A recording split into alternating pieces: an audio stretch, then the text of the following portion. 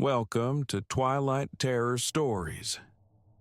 Twilight is not just the end of day, it's the beginning of something else. A time when the shadows stretch and fear takes its first breath. You've stepped into that moment now, and the stories are waiting. Let them find you.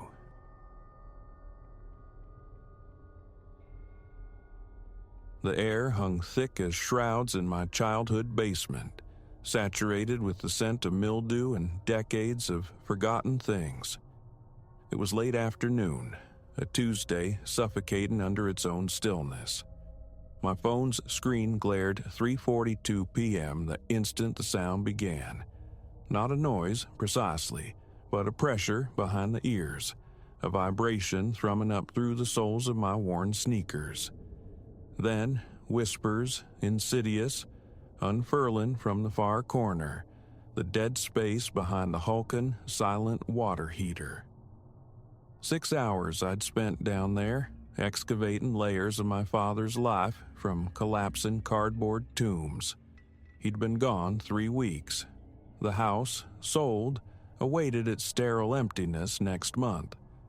This subterranean level, untouched by my mother since her stroke 5 years prior, and hoarded full by a father allergic to discarding memories, was the final frontier.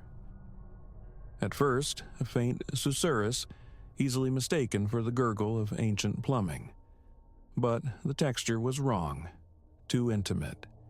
Syllables coalesced from the murmur, nearly, almost time, and must remain patient, like voices filtered through drywall, yet the wall anchoring that corner was sheer, unyielding foundation concrete. Sweat glued my shirt to my spine. The stagnant air felt heavy enough to drown in. I rose stiffly from a sarcophagus of brittle Christmas ornaments, drawn toward the sound. The naked bulb dangling mid-ceiling bled weak, jaundiced light that faltered before reaching the corner's depths. As I approached, the whispers swelled, sharpening, drawing near, ready now. My hand, betraying me with a tremor, reached for the auxiliary light switch beside the heater. Its old porcelain mechanism clicked with startling violence, the sound ricocheting off the unforgiven walls. A second bulb flickered violently, then flooded the corner in stark, pitiless fluorescent glare. Nothing. Barren concrete, festooned with cobwebs like macabre decorations, littered with the husks of long-dead insects. Yet the voices persisted, closer now, impossibly intimate. He is present. Clear as struck crystal, a man's voice, deep and unnervingly serene, seemingly originating from the air beside my head. "Yes, at long last," a woman responded, her tone taut with urgency. I spun, heart hammering a frantic rhythm against my ribs. The basement stretched away, a labyrinth of draped furniture ghosts, stacked boxes, and my father's dust-veiled workbench, utterly deserted. Panic tightened its icy fist around my chest. Sweat trickled into my eyes. Fumbling, I pulled my phone free, thumb jabbing at the camera icon, hitting record. Is anyone here?" The words fractured, thin and reedy in the oppressive silence. "We have waited, endured so long," the man's voice murmured, impossibly, from the very space my body occupied. 37 years, the woman's voice overlapped, a counterpoint of weary patience. The temperature plummeted. My breath plumed, invisible vapor in the suddenly frigid air. The phone screen showed only the desolate, illuminated corner. I retreated, step by faltering step, the camera held rigidly before me like a talisman. "Who are you? What is it you want?" "You know us, Lee." The woman's voice softened, laced with an ancient sorrow. My legs turned to water. Lee. Only my parents ever called me Lee, a name shed like snakeskin around my 10th year. The same year an inexplicable dread cemented my refusal to venture into the basement alone. "Impossible," I choked out, stumbling backward until my spine met the rough-hewn wood of the stairs. "You're not. This isn't real. As real as the floor beneath your feet," the man's voice countered, seeming to glide closer. "We watched you, through the timbers, your tentative first steps, the shape of your first words, the night your arm fractured, your small whimpers bleeding into the dawn while you hid your tears." Vertigo swirled. Black motes danced at the edges of my vision. That night flared in memory. 6 years old, fallen from bed, swallowing sobs in the dark, convinced that gentle murmurs from below were soothing me, promising solace. "Stop it!" My back pressed hard against the unyielding stairs. "Leave me alone." "You must assist us, Lee," the woman pleaded, her voice cracking. "There can be no peace until the truth is unearthed." What truth? The question escaped before I could gauge it. "What transpired in this place before your family came?" The man's tone hardened, gaining an edge of flint. "What lies interred beneath this very concrete?" My phone slipped from my nerveless fingers, skittering across the floor. The screen fractured, a spider web of glass, but the red recording light remained stubbornly lit. "There's nothing under the floor." Every square inch of this basement was etched into my memory. Solid pour. My father had it checked when they bought it. The inspector didn't probe deeply enough.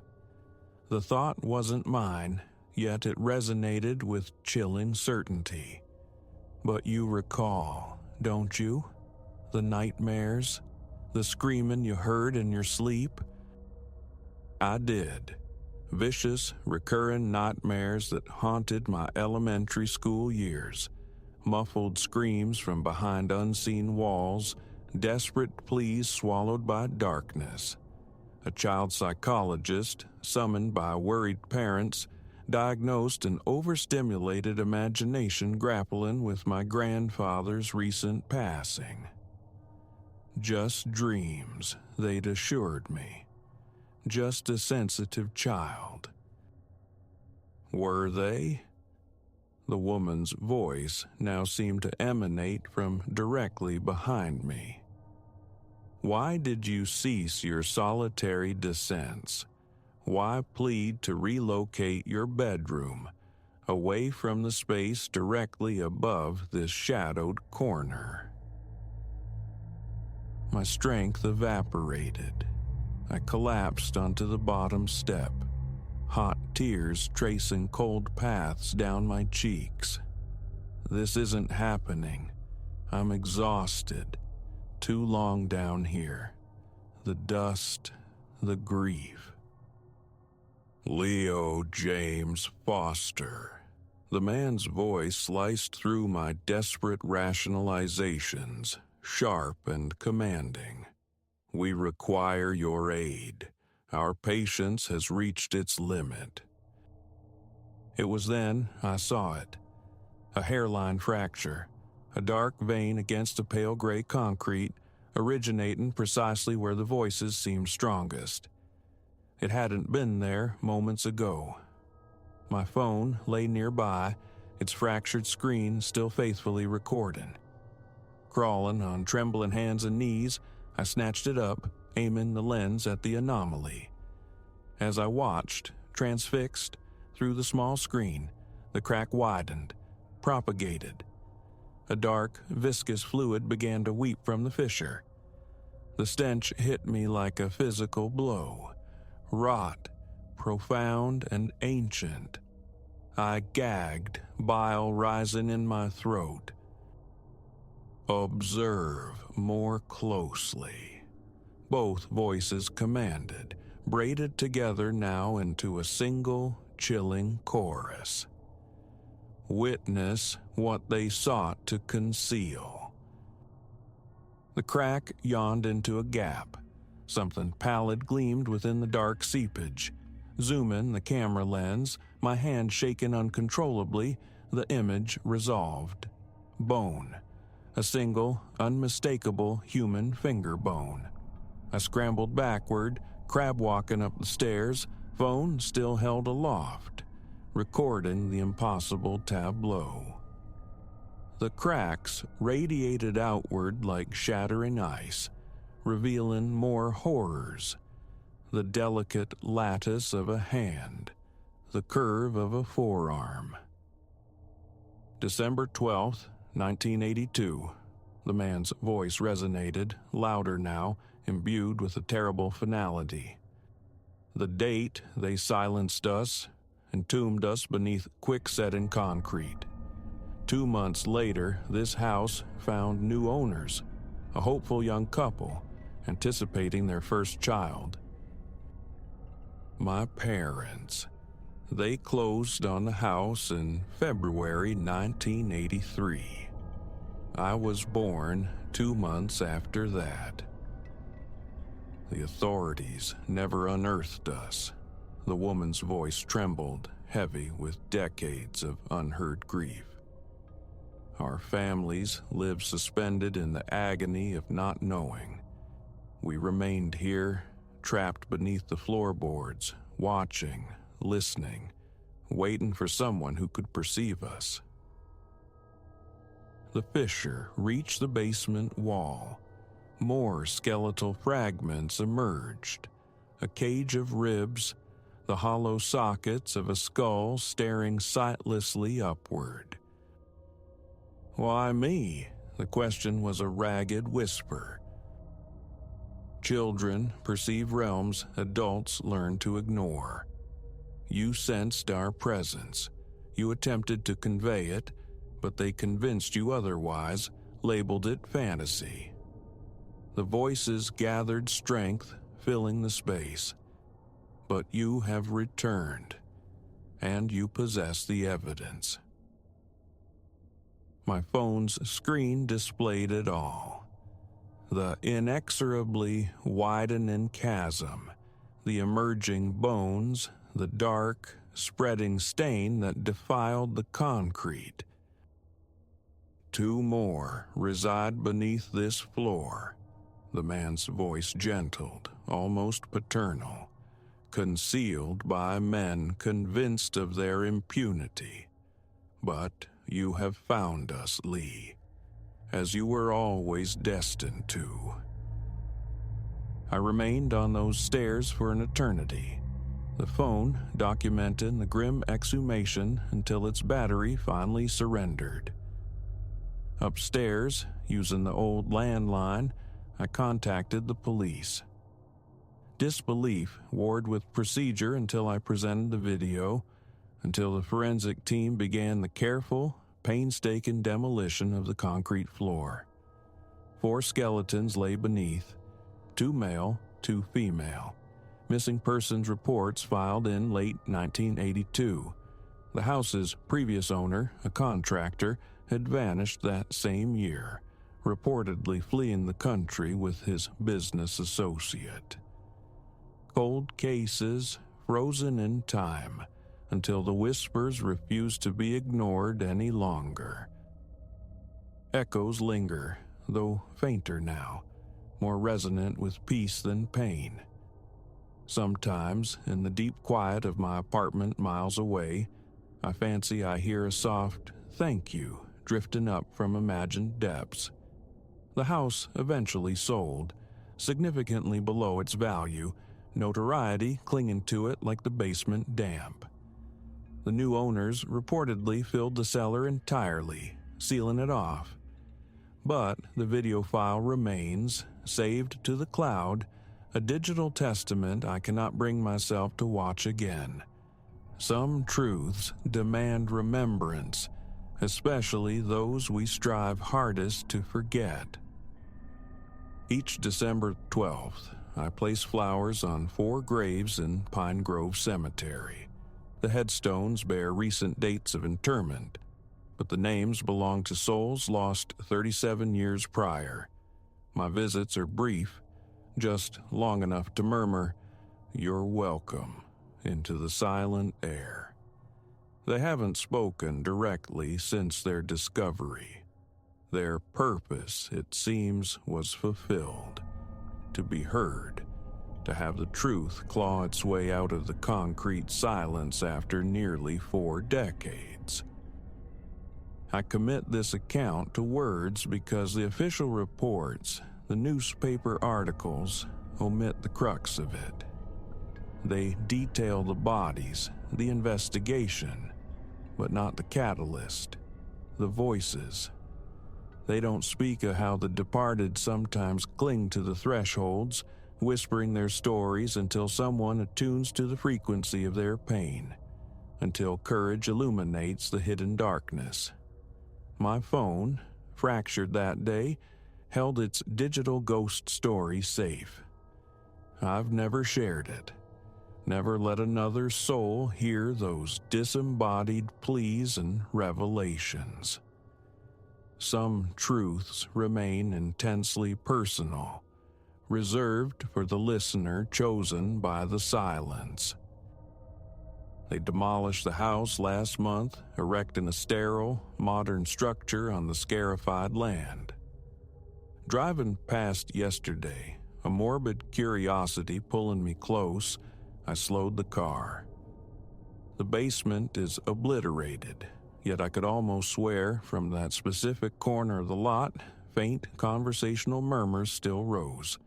Not anguish now, but calm, like friends reunited after long separation.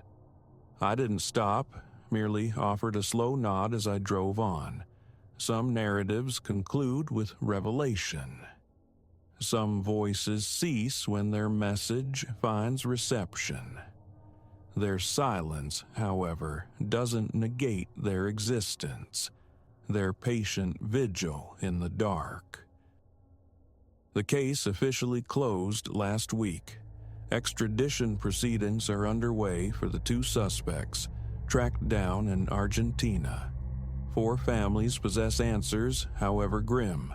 4 sets of remains rest under named markers, and 1 desecrated concrete floor yielded its long-held secrets, prompted by voices that decline to be buried forever. I avoid basements now. My own home rests on a solid slab foundation. Yet, occasionally, when the world falls utterly still, I find myself pressing an ear to the floor, listening. Not for them, their stories told, but for the quiet affirmation that truth possesses an irrepressible buoyancy, capable of surfacing no matter the depth of its burial. The psychologist was mistaken. It was never mere fantasy, never just dreams. Children sometimes hear the impossible because they haven't yet mastered the adult art of disbelief, the skill of rationalizing the inexplicable. Perhaps that is why they chose me, why they waited patiently through the years until I returned, old enough to act, yet still carrying the faint resonance of a child who once believed in whispers from empty corners. The forensic analysis revealed the concrete was poured sequentially. 4 distinct layers, 1 sealing each victim before the next atrocity was committed. Methodical, the investigators termed it, calculated, requiring time and patience. The same time and patience mirrored by the voices in the corner, whispering, waiting, until their story finally broke free. Tomorrow, I acquire a new phone. The old one, the fractured vessel of truth, will be retired, but the video file remains archived, inviolable. Some evidence transcends the closure of a case file. Some voices merit preservation, even in their newfound silence. The nightmares have ceased. No more screams muffled by drywall, no more spectral voices calling my childhood name from the shadows. Still, a nightlight burns beside my bed. Habits forged in fear die hard, and some corners, perhaps, should never be left entirely to the dark. I find myself wondering if other basements hold similar vigils, if other secrets lie dormant beneath concrete, whispering for release. But those are not my stories to uncover. I have borne witness to the only one intended for me, the one that commenced with a murmur in the shadowed corner and culminated in 4 souls finally finding their way home.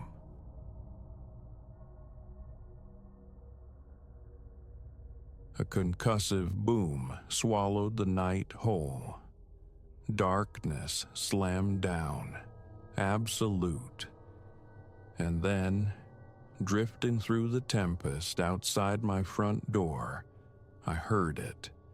My own voice, thin and desperate, crying for rescue.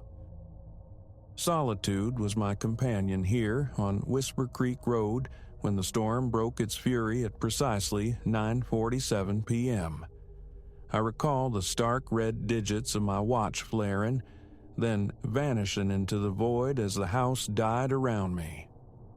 Only the epileptic strobes of lightning offered glimpses of the familiar living room, the armchair where I sat frozen. Rain hammered the roof like frantic fists. Wind shrieked through the ancient oaks, a familiar chorus after 15 years nested in these woods. But this new sound, help! For God's sake, is anyone there? Help me! Sliced through the storm's symphony. It emanated from the yard, perhaps no more than 20 paces from my threshold, and it was my voice. Not an echo, not a similarity, but the identical timbre, the specific inflection I recognized from forgotten voicemails. My fingers dug into the chair's leather, slick now with the sudden, cold perspiration that beaded on my brow. Immobility claimed me.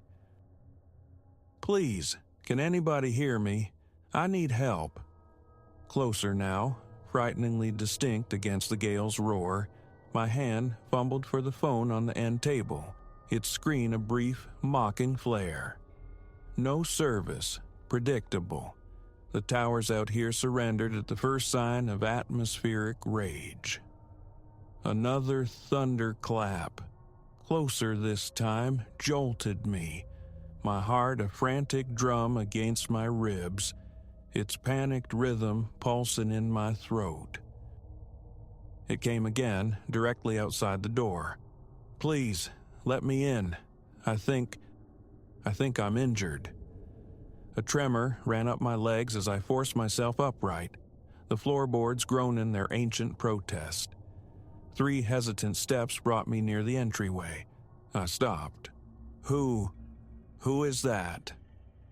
The question emerged brittle, unnaturally high-pitched. Only the wind and the relentless drumming of rain answered. I retreated to the kitchen, hands unsteady as I wrenched open the drawer beside the sink. My fingers closed around the reassuring weight of a heavy flashlight, and the familiar rubber grip of the hunting knife kept there.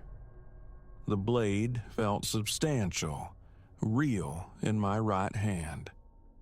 Returning to the foyer, my breath came in ragged, shallow gasps. Sweat traced cold paths down my spine, plastering my shirt to my skin. Hello? I ventured again, louder this time. Silence, save for the storm. With my left hand, the knife still clutched tight in my right, I reached for the deadbolt. The metal was glacial beneath my touch. I turned it, the click, echoing like a gunshot in the suffocating quiet. Pulling the door inward unleashed a blast of wind and stinging rain that soaked my face and chest instantly. The flashlight beam stabbed into the oppressive blackness. An empty porch, its wet planks gleaming darkly. Rain fell in solid, wavering curtains, blurring the shape of the yard beyond. Barefoot, I hadn't even registered shedding my shoes, I stepped onto the concrete. Rough aggregate bit into my soles. The flashlight beam snagged on something churning in the mud. Footprints. They marched from the direction of the road, leading straight towards my door, only to terminate abruptly, maybe 10 feet from the porch steps, as if the walker had simply ceased to exist mid-stride. A vice tightened around my chest, each inhalation a searing effort. I swept the light frantically, left and right. Nothing stirred but the rain-lashed foliage. Descending the steps, the mud sucked greedily at my feet, cold water instantly soaking through my socks. The prints were deep, undeniably those of an adult male, roughly my own size. The tread pattern, chillingly familiar. A perfect match for the work boots resting just inside the door I'd left ajar. I traced the impressions back towards the road. They originated just off the pavement, merging from the sodden verge. No tracks marred the asphalt itself. Headlights flared as a car swept past, momentarily bleaching the scene. I blinked against the glare. When I looked down again, the mud was smooth, virgin, as if the footprints had been nothing more than a storm-induced hallucination.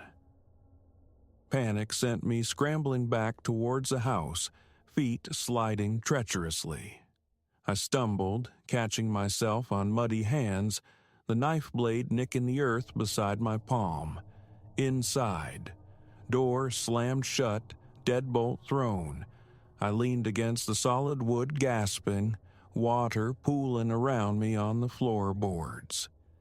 With a low hum, the power surged back. Lights flickered, steadied. The television in the living room burst back to life, resuming some forgotten late-night program I'd left murmuring for company. In the bathroom, I shed the sodden clothes. My reflection stared back, pale and haunted. Unfamiliar shadows pooled beneath my eyes. When had they appeared? A scalding shower, dry clothes? Madness, I told myself. Simple exhaustion. The storm's theater playing tricks on an overwrought mind. Yet, the memory of that voice, the sight of those vanishing prints, refused to be rationalized away. I phoned the sheriff's department, reported a prowler, carefully omitting the uncanny details. They promised a drive-by patrol. I spent the remainder of the night in the living room, every light blazing, the knife resting on the table beside me. The storm raged unabated. At the stroke of midnight, darkness plunged down once more, and in the pregnant silence between thunderclaps, I heard them. Footsteps on the porch, wet treads on wood. Then my voice, pressed intimately against the door. "Let me in, please. It's so cold out here." I held my breath, a statue carved from fear. "I know you're in there," my voice continued, conversational, terrifyingly calm. "I can see your flashlight beam under the door." But the flashlight lay inert beside me, utterly dark. A dry, scraping sound commenced against the wood, like fingernails exploring the grain. "You have to let me in." The voice had shifted subtly. Still mine, yet wrong. resonant with an unnatural hollowness. You know you have to, eventually. My phone, clutched again, remained useless. No signal. The scraping persisted. "I'll wait," my voice promised softly. "I have an abundance of patience now. Days, weeks, years, time. It has become irrelevant to me." The scratching ceased. Footsteps retreated, descended the steps, squelched back into the mud. I sat vigilant until dawn broke. The storm dissipated around 4. Power returned with the first gray light. Peering outside revealed a world washed clean. No footprints marred the mud, no scratches scarred the door. Just an ordinary morning after a tempest. I called in sick. The day was a blur of frantic activity. Installing security cameras, floodlights, reinforcing the locks with heavy-duty hardware. Night descended again, and with it, inevitably, another storm gathered. The power died on schedule, and from the waiting darkness, my voice arose, calling my name. It's become a ritual, every stormy night since. Always my voice, each time, seemingly closer. The scratching against the door grows more insistent, lasts longer. Last night, it continued for hours, punctuated by the sickening sound of splintering wood. The police offer no solace now. Too many fruitless visits have eroded their patience. They suspect delusion. Perhaps they're right, but I know what I hear.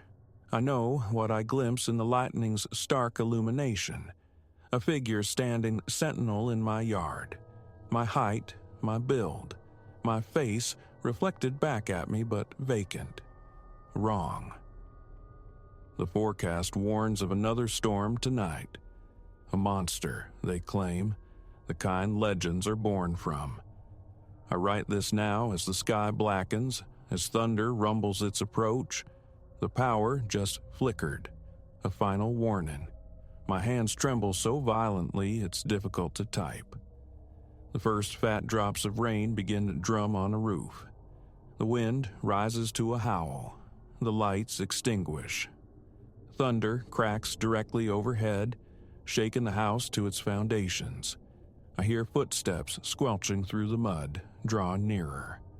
My voice calls out, closer than ever. "I'm here. Let me in. It's time now. Let me in." The wood of the door begins to groan and split. I must go, find somewhere to hide, though a chilling certainty settles deep in my bones. It won't matter. There's no escaping yourself when you're already outside, waiting to be let in.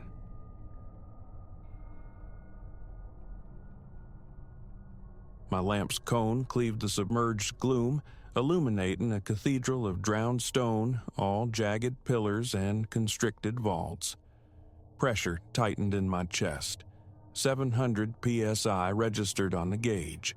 10 minutes, maybe less. Then a flicker, peripheral, a wrongness in the abyssal dark beyond my reach. Something else inhabited this drowned underworld. As the lamp sputtered, threatening utter blackness, the icy realization struck. The silver thread leading home, my guideline, was gone. Elias Thorne. That's the name etched on my dive logs. The name synonymous with plumbing the Earth's aqueous veins. A decade spent threading needles of flooded limestone, pushing boundaries where sunlight fears to tread. But the Yucatan's cenotes held secrets deeper than experience. And Sac Acton held it. Just another charting expedition, or so the manifests claimed. Charting a virgin artery in the sprawling Sac Acton system. My trusted shadow, Reese and Mateo, whose lineage was woven into this peninsula's very bedrock, formed our trident. Preparations were meticulous, redundant checks a ritual. Yet, arriving at the cenote's maw, the jungle hung unnaturally still, veiled in dawn mist. The water, usually a startling turquoise eye, seemed veiled, secretive. Reese clocked my hesitation. Jitters, Eli? A forced grin. Standard pre-plunge symphony. He knew better. Years diving side by side forged an unspoken language. The water's embrace was a cool shock against the humid press of air, sharpening focus. Descending into the cave's gullet stirred the familiar cocktail. Exhilaration laced with primal caution. The first hour unfolded seamlessly. We ghosted through galleries sculpted by millennia, mapping the labyrinth. Dripstone chandeliers hung like frozen tears, calcite formations clawed upwards like skeletal fingers. 3,000 feet swallowed by the earth. I led, Reese a comfortable 20 feet astern, Mateo anchoring our passage. Emerging from a tight constriction, my primary beam faltered. A brief stutter. A tap restored it, though dimmed. Note, switch to backup soon. Then the periphery blurred. A swift, dark motion devoured by the gloom almost instantly. Hallucination? Nitrogen narcosis? I queried Reese with a hand signal. A negative shake, a gesture to proceed. Reluctantly, I pushed deeper. We spilled into a vast cavern. Again, the flicker, but this time plunging me into absolute heart-stopping void before sputtering weakly back. In that stolen second of blindness, a pressure wave, something immense and solid, slid past my flank. I whirled, heart hammering against my ribs. My beam found only Reese's masked concern in the churning water. Signaling the switch, my hand trembled as I ignited the backup. Its more potent glare sliced through the water, illuminating the unthinkable. Our lifeline, the slender cord mapping our return, drifted severed. Its frayed end danced lazily, a mocking indictment. Panic flared. I met Reese's gaze through our masks, the same terror mirrored there. Adrift in this complex tomb, we were profoundly lost. Mateo surged forward, instantly grasping the dire situation. His fingers, deft despite the thick gloves, worked quickly to splice the lifeline. While he labored, my beam swept the chamber's far reaches. There, again. A definite form now, sinuous, gliding with an alien fluidity just beyond the light's sharpest definition. Larger, not piscine, not mammalian. Was that the sheen of scales? The impossible sweep of a powerful tail? I nudged Reese, pointed. He saw it too, a shared nod of disbelief. We watched, breath held captive in our lungs as it patrolled the cavern's edge. Mateo signaled success. The line rejoined. As we regrouped, my light snagged on an anomaly in the silt below. Descending, a cold dread settled in my gut. Half obscured lay a diver's mask, brass fittings, oval glass, a relic from generations past. My fingers brushed the cold glass. Abruptly, the water boiled. An unseen force, a violent, subterranean exhalation, seized us. We tumbled, disoriented, silt exploding outwards, instantly blinding us in a brownout. The guideline snapped taut in my grip, an anchor in chaos. I glimpsed the faint lumens of Reese's and Mateo's lamps, struggling like mine. Seconds felt like lifetimes. Then, as suddenly as it began, the torrent ceased. Silt rained down slowly. The line in my hand was slack, utterly slack. I scanned the settling murk, empty water. They were gone. Reese, Mateo, the guideline. Panic clawed at my throat. Breathe, Elias. Slow, deep. Hyperventilation is death here. Gauge check, 700 psi. 10 minutes, find them. Find the line. I pushed through the clouded water, beam-cutting feeble arcs. Every shadow writhed, every outcrop mimicked a lost companion. Then it materialized from the particulate haze. Closer now, unmistakable. A long, serpentine form propelled by fin limbs of impossible anatomy. And the eyes, large, luminous, reflecting my beam with an unsettling intelligence. It observed me. My backup lamp flickered violently. Raw fear surged. Fumbling, I snapped the emergency chem light, bathing my immediate vicinity in an eerie viridian glow. The creature circled, closer now, tightening its spiral. Air hissed thin, lights dying, lost, hunted. Yet, facing annihilation, a peculiar tranquility descended. If this was the end, I would meet it eyes open. I ceased my frantic search and turned, facing my observer. In the chem light's spectral radiance, its alien beauty was stark. Eel-like grace, amphibian suggestions. Yet those eyes held an echo of something hauntingly familiar. Its gaze wasn't predatory, but inquisitive. Slowly, deliberately, one articulated fin lifted, pointing not towards me but down a specific tunnel branching from the chamber. Help? Or a deeper trap? Air critical. No choice remained. Trust the impossible. I swam towards the indicated passage. Astonishingly, it paced me, its lithe form a fluid shadow in the green haze. Ahead, subtle markers appeared, signs left by divers long ago. An exit route. My lungs burned, the gauge needle flat on zero, as we broke into another cavern. Relief hit like a physical blow. There, blinking in the beam of their own lights, stood Reese and Mateo, faces etched with disbelief mirroring my own. Beyond them, the blessed, shimmering promise of daylight filtering from the surface. Ascending through the water column, I risked a final glance backward. The creature hung suspended at the cave mouth, a silhouette against the inner dark. It lifted its fin, a gesture I could only interpret as farewell, before melting back into the abyss. Surface, air, sunlight. Explanations tumbled out, fragmented, breathless. Our tale of the abyssal god met predictable disbelief from the world above. But Reese and Mateo knew, and I knew. Cave diving ceased to hold its allure. The memory of those ancient, intelligent eyes of that impossible guardian of the deep remains indelible. It recalibrated my understanding of this planet, shattered the perceived boundaries of life.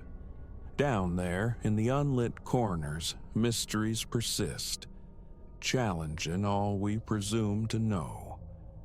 Sometimes, perhaps, they even intervene. As I commit this account to paper, the question lingers. Will our paths cross again? And if it beckoned once more into the heart of the world, would I possess the nerve to follow? Time keeps its counsel, but the waters below are forever changed in my sight.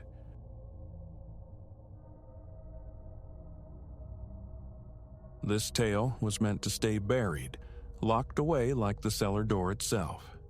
But silence festers. Downstairs, behind rust-eaten iron and time-thickened wood, a voice knows my name, Elias. It murmurs it incessantly through the grain, a nightly ritual since it began. I have to spill this out, chart the descent, before my own home convinces me I've fractured. 6 months spun past since I claimed this narrow 2-story structure. Its porch groaned underfoot, the kitchen breathed stale air, and below waited the perpetually clammy cellar. The door was an immediate curiosity, an anomaly of thick timber secured by a formidable padlock blooming with orange decay. Its hinges pitted but resolute. A tentative pull confirmed its immobility. A forgotten space, I reasoned, belonging to ghosts of previous tenants. With boxes towering and life demanding attention, it faded from thought. Weeks dissolved into the rhythm of renovation and routine. Walls drank fresh paint, furniture found its footing. My days were consumed by obligations elsewhere. Returning late to a house still finding its shape, the cellar became a repository for the unwanted, the undecided. Cast-off clothes, dormant tools, the sediment of a life in transit. The locked door receded into the subterranean gloom, a silent fixture in a neglected corner. Then, one night, poised on the edge of sleep near the witching hour, a sound surfaced, faint, insistent, a rhythmic punctuation in the quiet dark. Not the wind's chatter against glass, nor the house settling its old bones. I rose, prowled the upper floors, windows secure, nothing amiss. Back beneath the covers, the sound swelled, clarified, a knocking, distinct, measured, from beneath my feet, from the cellar. A knot tightened in my gut, my pulse hammered against my ribs. This wasn't random noise, it possessed cadence, deliberation. Tap, tap, tap, then silence, an expectant void. Flashlight clutched like a talisman, shoes hastily donned, I descended. The air grew unnaturally chill, gooseflesh prickle in my arms. At the threshold of the cellar stairs, the knocking ceased abruptly. I flipped the switch, bathed in the descent in weak yellow light. The main space lay still, cluttered. Cautiously, step by creaking step, banister cold under my grip, flashlight beam trembling, I navigated the concrete floor towards the far wall, towards the silent, locked door. The padlock hung heavy, shedding rust like dead skin. Then, a flicker in my peripheral vision. The wood itself seemed to breathe. A subtle outward bulge, gone in an instant. I froze, legs turning to water, a wave of heat searing my chest. The flashlight beam pinned the spot. Again, the surface flexed, as if yielding to pressure from within. And then, my name. Elias. Not shouted, but whispered, intimate, impossibly close, threading through the dense wood. Raw instinct screamed retreat. Call someone. With what fractured story? Pipes? Drafts? No, this was resonance, shaped into sound. A voice. I retreated, step by careful step, refusing the urge to turn my back until I reached the stairs. Upstairs, the bolt slid home on the main basement door. Sleep was a shallow, troubled country that night.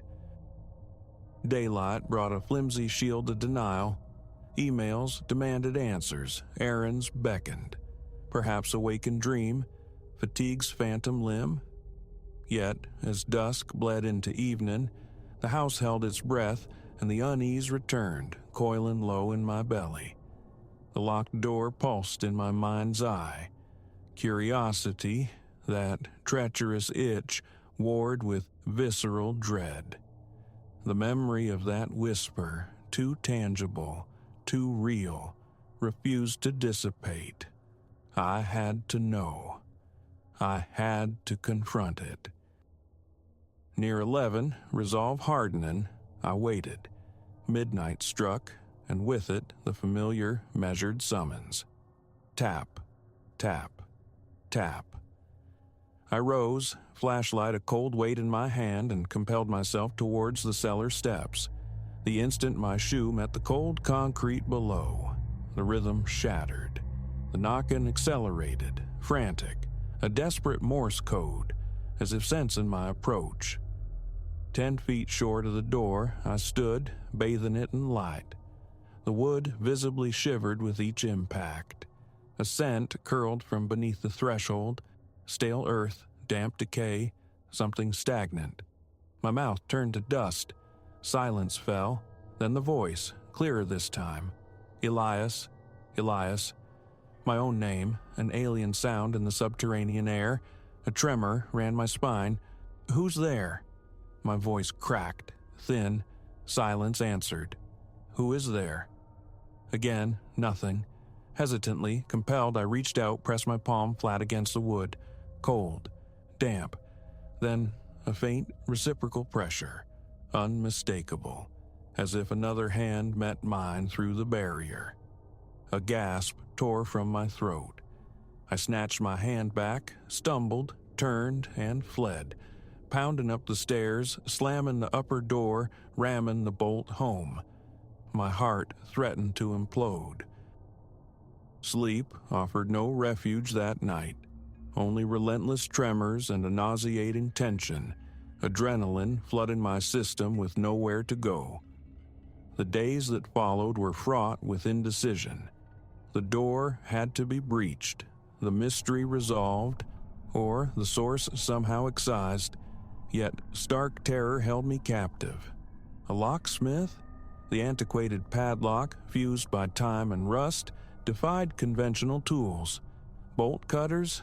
The thought alone brought a cold sweat, a tightening vice around my throat.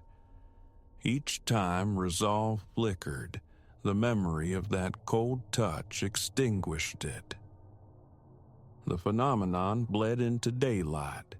Faint taps echoed while I brewed coffee, soft knocks punctuated the drone of the television. Always from below. The house itself felt complicit, its normal groans and sighs now sources of sharp, nerve-shredding alarm. One afternoon, armed with a claw hammer, I descended, determined to test the hinges, probe for weakness. Approaching the door, I sensed it again. That subtle flex, less a movement than a held breath on the other side. My legs trembled. I forced myself forward, wedged the hammer's claw against a rusted hinge pin. It wouldn't yield. As I applied pressure, a low groan emanated from the wood itself, followed by a whisper, barely audible yet chillingly direct. Stop. Pure reflex sent me scrambling back up the stairs, nearly tumbling in my haste. That was the moment I surrendered. The door would remain sealed. Yet, sealing it off didn't silence it. The presence behind the timber grew bolder, more palpable. I'd hear faint rustlings, indeterminate shifts in weight, susurrations like dry leaves or shallow breathing. My nerves stretched taut, a constant hum of vigilance. The cellar became forbidden ground, entered only for dire necessities like laundry or tools, each descent a foray into hostile territory. Nightfall amplified the assault. The knocking persisted, sometimes for an hour or more, punctuated by lulls before resuming its steady cadence. Elias, Elias, Elias. The name repeated, toneless, factual, as if calibrating its effect. Occasionally, a subtle vibration resonated through the floorboards above, a low thrum that unsettled my stomach. Headphones offered little solace. The impacts seemed to travel through the very structure of the house, felt deep in my bones. Sleep became a landscape of anxiety, haunted by visions of the door imploding, revealing not a monster, but void, an echoing emptiness from which my name still called. For a fragile sense of security, I installed a deadbolt on an upper basement door, testing its solidity again and again. One evening, seeking normalcy, I invited Marcus over. Beer, conversation, the flickering TV, a brief respite, until a faint tap, tap drifted up from below. Marcus frowned, cocked his head. "Pipes," I mumbled, forcing a shrug, feeling the blood drain from my face. He didn't press. The moment passed, but the shared space felt contaminated. When he left hours later, the silence descended, heavier than before. Functioning became an act of will. Every step near the cellar stairs was hesitant. My hands shook involuntarily at the familiar sounds. Darkness became an amplifier, so lights burned throughout the night, a futile ward against the auditory siege. I'd lie awake, tracking the passage of time by the rhythm of my own shallow breaths, perpetually waiting for the next knock, the next whisper. The nadir arrived 2 nights past, a necessary descent to check the water heater. Crouched near the center of the room, inspecting the unit's base, a new sound froze me. A dry, dragging scrape against a locked door, like fingernails clawing at wood. My stomach plummeted. I spun, flashlight beam finding the door instantly. The scraping ceased. Silence, thick and watchful, then a single concussive knock, heavier than any before. My gaze locked onto the panels. I saw the wood visibly bulge outward, a handspan perhaps, before snapping violently back into place as if yanked from within. A strangled cry escaped me. I scrambled backward, losing my balance, then clawed my way up the stairs, taking them 2, 3 at a time, lungs burning. The upper door slammed shut. The deadbolt shot home. I retreated into the hallway, eyes fixed on the knob, expecting it to turn. It remained still. I haven't breached the cellar threshold since. The knocking persists, a subterranean heartbeat beneath the floorboards. I drown it with television static, with loud music attempting normalcy. Cook, clean, work, but awareness hums constantly beneath the surface. The sealed door, the presence behind it, the patient, relentless calling of my name. No rage, no pleading, just a steady rhythm, the whispered syllables, waiting, perhaps, for the turn of a key I don't possess, or the yielding of a lock I dare not break. Flight seems logical. Pack my bags, find some sterile apartment devoid of history or hidden spaces. But abandoning this place feels incomplete. Selling it? How does one disclose that? And darker still, a sliver of morbid compulsion remains, the need to know. Tools lie ready, a hammer, a hefty crowbar. The urge to finally, violently, end the siege surges, only to collapse under the weight of memory. The cold echo of pressure against my palm, the sound of my own name weaponized in the dark, that final, sickening scrape. My limbs turn to stone. My hands tremble. I retreat. And so the cycle grinds on. I inhabit this space, haunted by its lower depths. The knocking never falters. The voice never tires. Perhaps it lacks the power to emerge. Perhaps it simply waits for an invitation, for me beer to breach the barrier. It's been 2 days since the scraping. Tonight, just before 11, 3 heavy thuds resonated through the floor, felt in the soles of my feet. Which brings me here to these words. This isn't invention. It's the geography of my current existence. Even now, as I type, I hear it. The faint, insistent tap, tap, tap. And beneath it, the murmur threading through the floorboards. Elias, my nerves are frayed filaments. A headache pulses behind my eyes. My fingers dance unwillingly on the keys.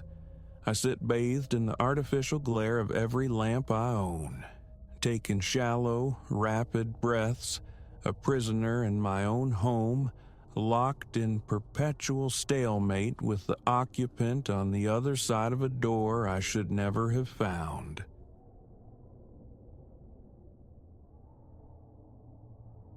Post-dissolution, sanctuary was paramount, a quiet corner away from sympathetic whispers and the wreckage of a shared life. This building, skeletal against the bruised twilight sky, offered precisely that: solitude, cheap rent. Mr. Abernathy, the caretaker, a man seemingly composed of dust motes and indifference, had murmured something about it being clean, available, little else. My floor hosted several vacant husks, doors shut tight like closed eyes. The corridors stretched long and dim, arterial passages where the lighting pulsed erratically, a failing heartbeat I readily ignored. All I craved was oblivion after the long hours at work. The first night, returning late, the air hung thick with the ghosts of old paint and settled dust. As I rounded the bend towards my unit, 12B, a presence snagged my attention. It coalesced in the gloom, standing sentinel near the wall opposite my door. Taller than me by a head, its form lacked true substance, a human-shaped smudge against the peeling wallpaper, like soot suspended in the air. No discernible features, merely a deepening of the shadows where a face should be. My keys bit into my palm. It lifted an arm, slow, deliberate, the gesture culminating in a finger aimed squarely at my apartment door. No sound, no approach, just the silent, unwavering indication. A knot formed in my throat, dry and tight. My pulse hammered against my ribs, a frantic drumbeat in the sepulchral quiet. One hesitant step forward, eyes locked on the Stygian figure. It remained utterly still, arm outstretched, its accusation fixed on my threshold. "Hello?" The word died, swallowed by the heavy air. My fingers, clumsy with sudden dread, wrestled the key into the lock. The tumblers yielded. I slipped inside, a backward glance confirming its continued vigil. The door slammed shut, the deadbolt thrown home. I leaned against the wood, breath ragged, the silence within my walls suddenly immense, suffocating. A cautious peer through the peephole revealed nothing but the empty, humming corridor. The following evening, ascending the stairs felt like wading through viscous apprehension. The building was a vacuum. No murmur of televisions, no echo of voices. On my floor, the familiar hum of the fluorescent tubes vibrated in my bones. As I neared my unit, it was there. Same posture, same location, an indelible stain on the hallway's fabric, a cold fist clenched in my gut. Trying to approach felt like pushing against an invisible current, my legs leaden. Again, the finger pointed, an insistent, soundless command. Though eyeless, the weight of its scrutiny pressed down. I scrambled inside, secured the locks, and performed a frantic sweep of my meager domain. The cramped kitchen, the utilitarian living room, the barren bedroom, all starkly normal, furnished with the bare essentials of my fractured life. Sleep offered little respite. The image of the point and shape burned onto the backs of my eyelids. Night 3. I arrived later still, hoping to outwait it. The corridor seemed blessedly empty. A fraction of tension eased as I walked, keys ready. Then, mere feet from my door, it flickered into existence. A gasp tore from my throat, my bag slipping from my shoulder. It pointed. Had it grown taller? Or was it the fear magnifying its dimensions? Its outline seemed less stable tonight, wavering slightly, like heat haze or something not quite anchored to reality. I flung myself through the door, the slam echoing unnervingly. Darkness became an enemy. I took to leaving lights blazing all night, a futile gesture. Around midnight, the television in the living room clicked on, bathing the room in the frantic snow of static. I switched it off. Minutes later, it flared to life again. I yanked the plug from the wall. Later, a low buzz dragged me from a shallow sleep. The screen glowed, still unplugged. The subsequent week saw the strangeness metastasize. A rank miasma began to emanate from the refrigerator each morning, regardless of the previous day's grocery run. Verdant vegetables blackened overnight, fruit collapsed into putrescence. Bread bloomed with mold within hours, milk soured in sealed cartons. Takeout became my only sustenance.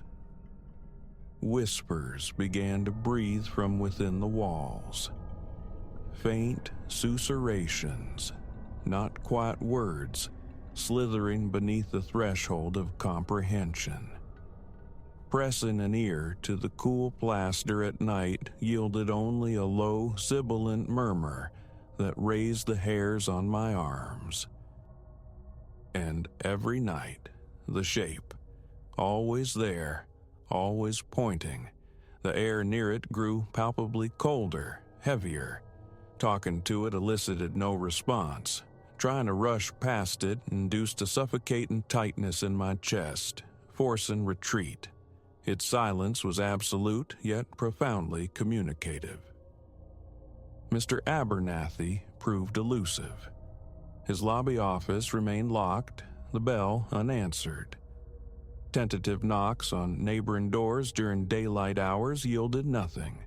No footsteps echoed in the halls, no muffled sounds seeped from beneath the doors. The building felt hollowed out, occupied only by me and the nightly sentinel. One evening, driven by desperate curiosity, I waited until full dark descended before venturing upstairs. It waited. I tried charging it, a surge of adrenaline propelling me forward. My hand passed through its form as if through chill fog. A searing cold, then numbness shot up my arm. The shape remained, unmoved, pointing. I stumbled, disoriented, somehow through it, fumbling frantically with my lock. Turning as the door swung open, I found it somehow repositioned behind me in the corridor, still pointing at my apartment. My heart threatened to batter its way out of my chest. Inside, locked safe. Safe was a forgotten country. Insidious fatigue set in, accompanied by persistent, dull headaches. Sleep became a shallow, fraught affair. The whispers gained confidence. The television defied its unplugged state with increasing regularity. The kitchen perpetually smelled of rot, a sweet, cloying stench that clung to everything despite bleach and air freshener. Eating out became the norm. Lingering in bars or late-night cafes became a strategy to minimize time within those walls. But eventually, sleep demanded its due. One night, I decamped to the living room sofa, every light burning, the television physically removed from its outlet. Around 2 a.m., the familiar hiss of static shattered the quiet. The TV screen glowed malevolently from its corner, unplugged, disconnected. Ice traced its way down my spine. I rose, pulled the useless plug again. Silence returned, thick and watchful. Then, a distinct creak from the hallway. My apartment door swung inward, slowly, deliberately. Frozen, I watched the shape manifest on the threshold. It didn't enter, but stood poised, its unwavering finger now indicating my bedroom door. "What do you want?" The shout was ragged, desperate. Silence answered. I surged forward, slammed the door shut. As the wood met the frame, the shape dissolved. A call to the landlord yielded only the offer of release from the lease for a punitive fee I couldn't possibly afford. Loan applications were denied. Apartment hunting proved fruitless. Everything else was beyond my means. My routine warped. Leave before sunrise. Return long after dark, minimizing my time in the haunted space. I attempted calm discourse one evening. Standing in the corridor, facing the silent figure, I asked, "I understand you want me inside. Why? What's in there?" Only the implacable point answered. Stepping into the apartment, I left the door ajar. The shape remained outside, its gesture unchanged. Inside, nothing seemed amiss. The bedroom was just a room. Bed, dresser, closet containing only my clothes. Closing and locking the door felt like sealing myself in a crypt. The whispers now seemed definitively within the walls. Tapping sometimes produced a hollow resonance. Peeling back, a loose flap of ancient wallpaper revealed cracked plaster beneath. A tap there sent a faint vibration back through my fingers, as if something shifted behind a barrier. The police came once. 2 officers, radiating weary competence, arrived the next evening. The shape, predictably, was absent. They checked the wiring, peered into closets, found nothing amiss beyond the general air of neglect. They left. Minutes later, it returned, resuming its silent station. My phone refused to capture it. Playback showed only an empty corridor. Flour sprinkled on the floor yielded only bizarre smears by morning. No distinct prints. Food left out as an offering either vanished or decayed at an accelerated rate. A night spent on a friend's couch offered temporary reprieve. Returning the next morning, the apartment was as I'd left it, save for the intensified smell and fresh dark stains blooming inside the refrigerator. Aggression proved futile. A broom handle sliced through it without resistance. A flashlight beam passed straight through, illuminating the wall beyond. Curses and shouts were met with the same profound silence. Subtler strangenesses proliferated. Interior doors refused to stay put. The bathroom door, closed firmly, would later be found ajar. Chairs piled against the front door as a barricade were discovered neatly returned to the table by morning. The unplugged television migrated between rooms while I slept. My phone, left charging on the coffee table, reappeared on the kitchen counter, inexplicably still plugged in. Locked windows were found open upon my return. Light bulbs removed from lamps didn't prevent a faint, ambient glow from sometimes suffusing the rooms at night. Eating at home ceased entirely. Tap water acquired a stale, metallic taste. The bathroom faucet developed an incessant drip that no amount of tightening could quell. The pervasive odor became one of damp earth and something indefinably old. The building's silence amplified every creak, every breath, trapping me in an echo chamber of my own fear. Shouting into the void brought no reply. Trying to escape the floor at night became impossible.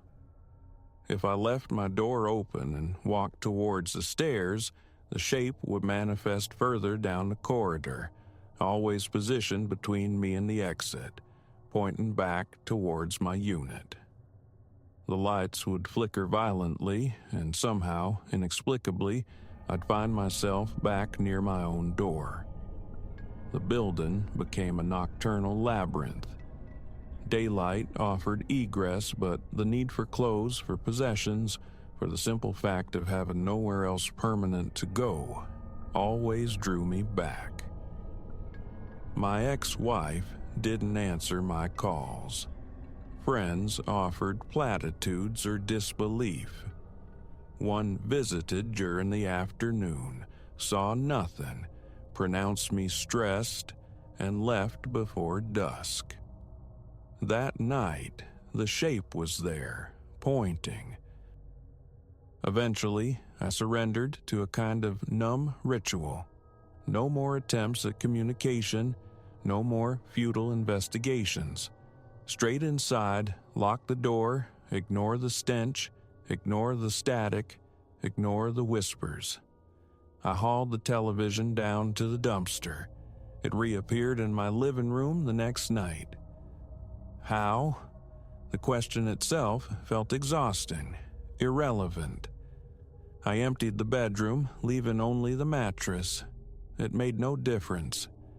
The presence pointed at the bedroom door, night after inexorable night. One desperate night, I tried sleeping in the hallway, my back pressed against my own door, staring defiance at the figure. Hours crawled by. My eyelids grew heavy. A distant susurration brushed my ear. A chill traced my neck. I snapped, fully awake. The shape was closer, significantly closer. Scrambling, I threw myself back inside the apartment. The breaking point arrived not with a bang, but a quiet, internal severance. I would leave. Everything. The lease, the deposit, the accumulated detritus of my life, none of it mattered anymore. Early one morning, under the cloak of pre-dawn normalcy, when the building allowed passage and the shape was absent, I packed a single duffel bag. Clothes, toiletries, wallet, keys to a life I no longer possessed. I walked out into the gray light, down the stairs, through the lobby, and onto the street. I did not look back. I never collected my deposit. I never retrieved my belongings. I abandoned them all to that silent apartment, to the care of the thing that pointed, forever demanding something I could never comprehend and no longer cared to discover. I just walked away.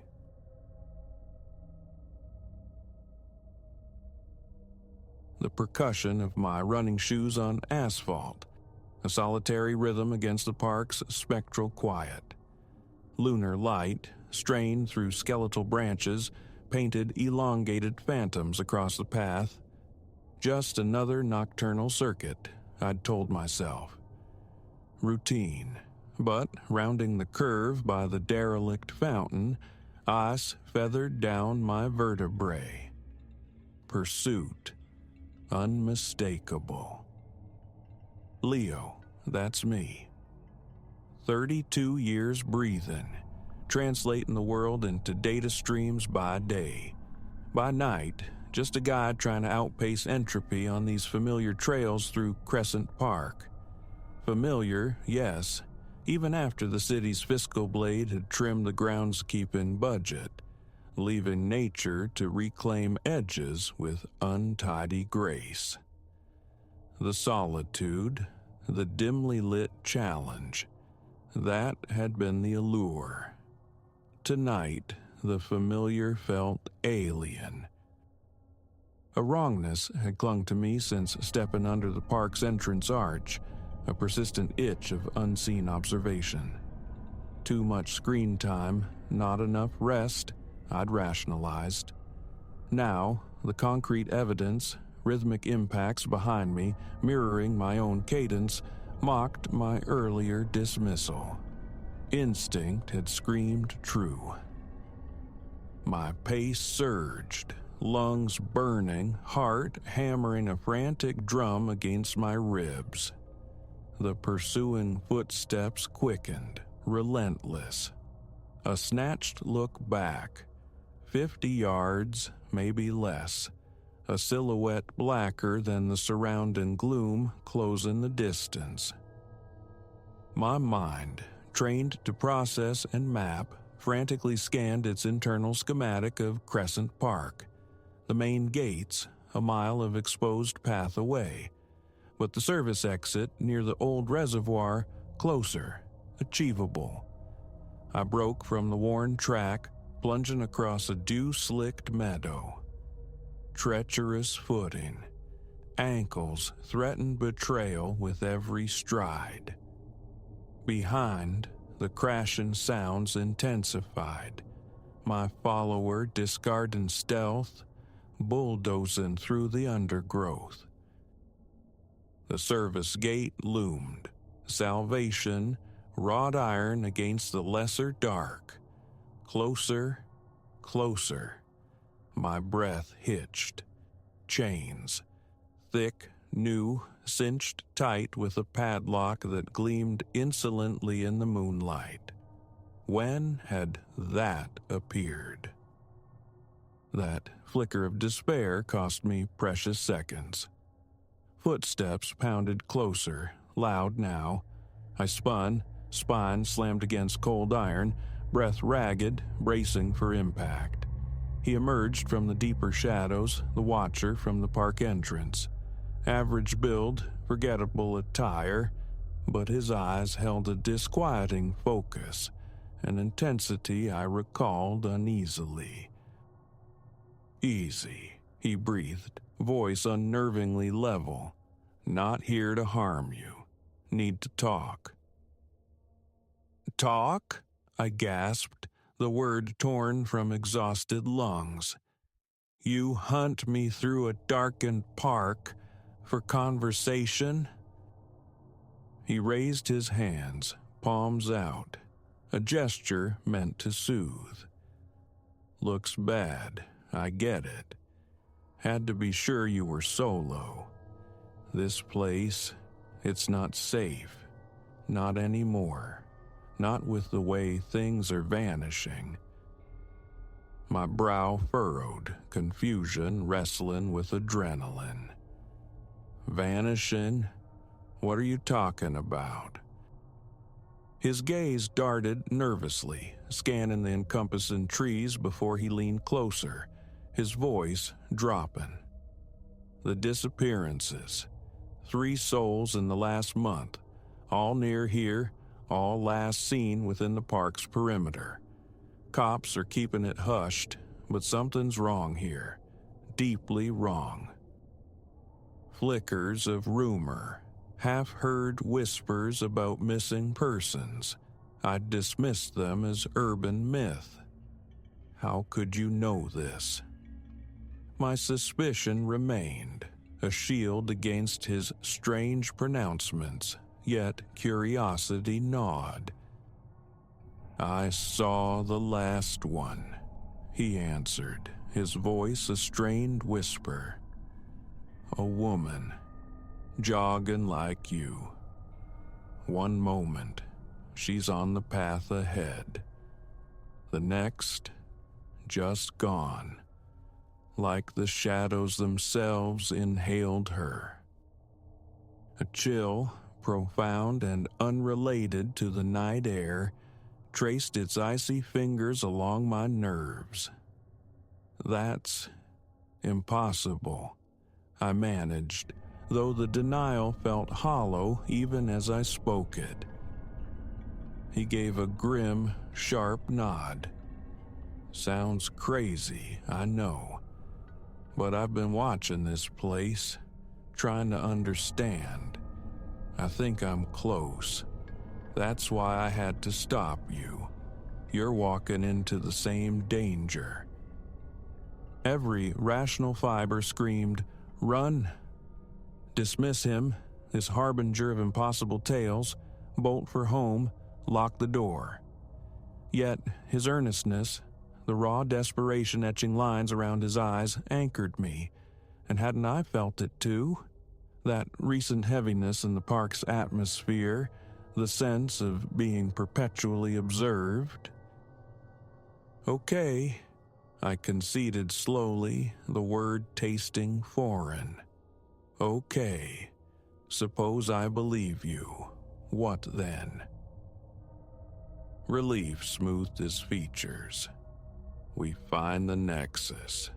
I've tracked the anomalies, concentrated near the old groundskeeper's shed, center of the park. Odd lights, strange harmonics. Something's centered there.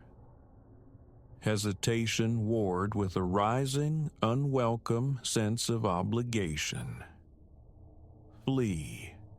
Every instinct shrieked it, but the image of the vanished jogger, the thought of others lost to whatever lurked here. No, I couldn't just turn away. All right, I said, surprised by the steadiness that infused my voice. Lead the way. We moved deeper into Crescent Park's shadowed heart, hugging the periphery, silence our ally. He introduced himself as Silas, a former park ranger, a casualty of the very budget cuts that had roughened this landscape. His connection remained, an inability to abandon the territory he'd once stewarded. Approaching the park's core, subtleties I'd previously ignored now screamed for attention. Peculiar sigils carved into ancient oaks, unlike any local graffiti. Sterile patches of earth where even weeds refused purchase, and a low, pervasive hum vibrating just below conscious hearing, seemingly sourceless yet omnipresent. The maintenance shed materialized ahead, a dilapidated husk seemingly resigned to slow decay, but a faint, unnatural luminescence bled from beneath its ill-fitting door. Silas pressed a finger to his lips, then motioned me forward. We crept towards a grimy window pane, peering into the gloom within. My blood turned to glacial slush. The interior wasn't filled with rusted tools and cobwebs. It was transformed. Pulsating, unidentifiable machinery filled the space, thrumming with discordant energy. At its heart churned a swirling vortex of light, a violent tear in the fabric of the mundane. And figures, things, moved around it, their forms fluid, agonizing to behold, geometries shifting in defiance of reason. As I watched, paralyzed, one reached into the vortex, extracting a limp human form. Unconscious? Worse? Horror choked me. I stumbled back, reality fragmenting. A hallucination? Stress-induced phantasm? But Silas's grim, set face mirrored my own terror. He saw it too. We have to shut it down, he whispered, urgency tightening his voice. Whatever this is, whatever they're doing with those people, it can't continue. I nodded numbly, fear of physical weight threatening to crush me. How? We're just two men against that. Silas fumbled inside his worn jacket, producing a small, cobbled-together device. EMP, he explained tersely, should disrupt whatever powers that rift. One chance is all we'll get. Madness. Utter madness. Two ordinary humans against something ripped from nightmare fiction. Yet, the face of the missing jogger flashed in my mind, multiplying into unknown others. We had to try. A plan, desperate and crude, formed between ragged breaths. Silas would create a diversion, draw their alien attention. I would breach the shed, plant the EMP near the central mechanism. Simple, terrifying. Action exploded in a chaotic rush. Silas flung the shed door wide, yelling, waving his arms like a madman. The entities pivoted, their rippling forms registering something akin to surprise.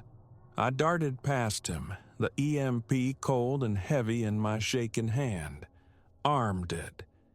Just as I reached for the nearest console, one of the beings saw me. It unleashed a sound that defied acoustics, a vibration that resonated deep in my bones. It lunged, impossibly swift. I slammed the EMP down, thumb finding the trigger. Click. An instant of stretched silence. Then, eruption. Machinery sparked, spat arcs of energy. The air thickened with the acrid tang of ozone. The vortex imploded, its gravitational pull sucking debris, light, and the shrieking creatures towards its collapsing center. Their forms twisted, dissolved as they were drawn into the vanishing rift. Silas grabbed my arm, hauling me back towards the door. We fled, blind instinct propelling us, not daring to look back as blinding light consumed the shed behind us. The ground bucked violently. I braced for annihilation. Then, stillness. We lay sprawled on the damp grass, lungs heaving. Behind us, the maintenance shed stood, a smoking, skeletal ruin, but blessedly, terrifyingly mundane once more. In the ensuing days, fragments refused to coalesce into sense. Police investigated the burnt-out shed, finding only ambiguous evidence of an electrical fire. The missing persons began to surface, dazed, disoriented, their memories wiped clean of their ordeal. Silas and I met sporadically, attempting to assemble the puzzle, but the truth remained elusive, perhaps unknowable. My runs through Crescent Park are different now. Each footfall is a patrol, each shadow scanned with heightened awareness. I know now that the ordinary veil we drape over reality is thinner, more fragile than we imagine. Sometimes, all that guards the threshold between our world and chaos is a data analyst out for a jog and an ex-ranger with a jury-rigged EMP. So listen, when that prickle crawls up your spine on a lonely path, when the darkness feels deeper than it should, trust that feeling. You never truly know what watches from the shadows.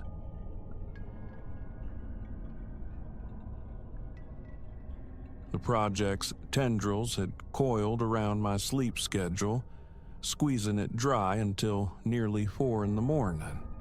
Bleary exhaustion had settled deep in my bones, a heavy sediment left by hours hunched over schematics and projections. All that remained was the primal urge for oblivion, a few stolen hours cocooned in bed before the relentless cycle began anew. Home was Maple Creek, Ohio, a haven sculpted from quiet streets and predictable rhythms, precisely the balm my frayed nerves craved. Here, excitement was a foreign dialect. Life unfolded to the gentle soundtrack of distant lawnmowers and the sporadic punctuation of a neighbor's dog. Peace, blessedly mundane. Until that particular pre-dawn. Barely had my head sunk into the pillow, the cool embrace of the duvet a promise of surrender, when the phone shrieked. Its sudden violence and the profound stillness sent a jolt through my system. Fumbling, I squinted against the glare. Not a spam call, not exactly. The screen offered only an anonymous void. Number withheld. A flicker of irritation warred with an inexplicable compulsion. I swiped to answer, my throat thick with sleep. Yes. Silence. A dead weight on the line. I waited, poised for the click of disconnection. Instead, there came breathing. Slow, unnervingly steady, right there in my ear. Hello? I tried again, impatience sharpening my tone. The breathing persisted, a soft, insistent rhythm. Then a whisper, thin as cobwebs. Stay inside. I bolted upright, the mattress springs groaning in protest. My heart gave a painful lurch. Who is this?